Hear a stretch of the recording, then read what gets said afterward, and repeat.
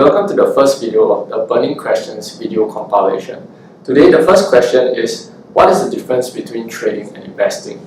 Now this is a question that I get a lot from new traders and investors because they're curious to find out what is actually the difference between these two different art forms. So to break down my answer, I've actually put it into 4 different parts, and the first part is to do with objective and expected returns. Now, the first thing to note is that the objective for trading and investing is quite different. Right? For investing, it is more of a long-term activity. Right? So you're usually looking at something in the longer time period, and you're looking for 2 things, basically a passive income, right, in terms of yield, monthly yield or annual yield, right, and also capital gains, right, over the long run. Right, so for investing, you'll be looking at somewhere in the range of 10 to 15% a year, whereas for trading, it is more of a shorter term activity where you use a fixed capital base to generate consistent monthly income over a shorter period of time. So for that, you'll be looking at somewhere in the range of 1 to 10% returns a month, right, depending on your level of competency. Okay, the next thing to consider is the approach and strategy. Right, since these two activities, trading and investing, are vastly different, right? It makes sense that the approach and strategy will be quite different as well, right? So for investing, since it's over a longer time period, you will need to consider more factors, right, such as the fundamentals, right, the technicals, the economics, as well as the big market cycles. Right? If you ask me, the most important thing I feel would be the big market cycles. Right? So this is something that I'll be elaborating more in my subsequent videos.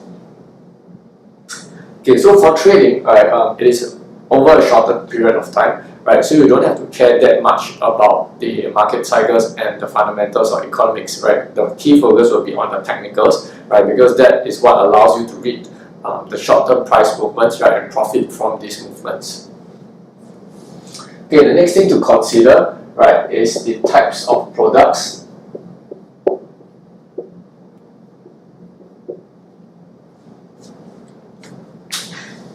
Well, for investing, you want to focus more on hard assets, right? Because you are not going to be transacting in and out a lot, right? So you'll be able to buy assets that have higher transaction costs, right? And these are usually the hard assets. So things like real estate, REITs, stocks, ETFs, even commodities, right? These are something that people will buy and keep in their portfolio for the long term. Right, so for trading, the first thing to note is that you are going to have a lot more transaction. The frequency of transactions are going to be higher, right? So you need to definitely have something that has lower commissions, and in addition, you want to have products that allow you to leverage so that you can maximize your small capital base. Right, you don't need a large capital base for trading. And the second thing is your product needs to be able to go both long and short. Right, so for investing, you're most likely just going to buy. Right, whereas for trading, you need to be able to go long and short in the market. Okay, and so the last thing to consider is the time frame and holding period.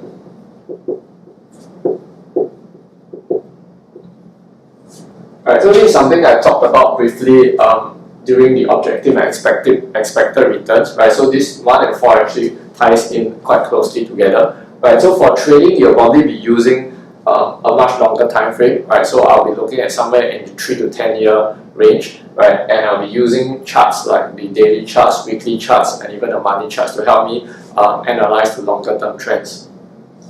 For trading, right, it's going to be somewhere on the shorter term. Right, so I'll be using things like probably from the intraday chart. For the intraday trades, I'll be using like my 5-minute, 10-minute, 15-minute charts. Right, for the longer term trading, I'll be using like my 1-hour, 4-hour daily charts.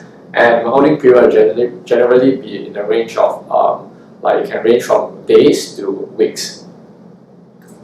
Okay, so that's it. That pretty much sums up the key differences between trading and investing. right? Of course, there'll be a lot more which we'll be covering in the subsequent videos. And just to recap, the things to note are the objective and the expected returns, right? The approach and strategies, and the different types of products that you can invest or trade in, and lastly the time frame and the holding period.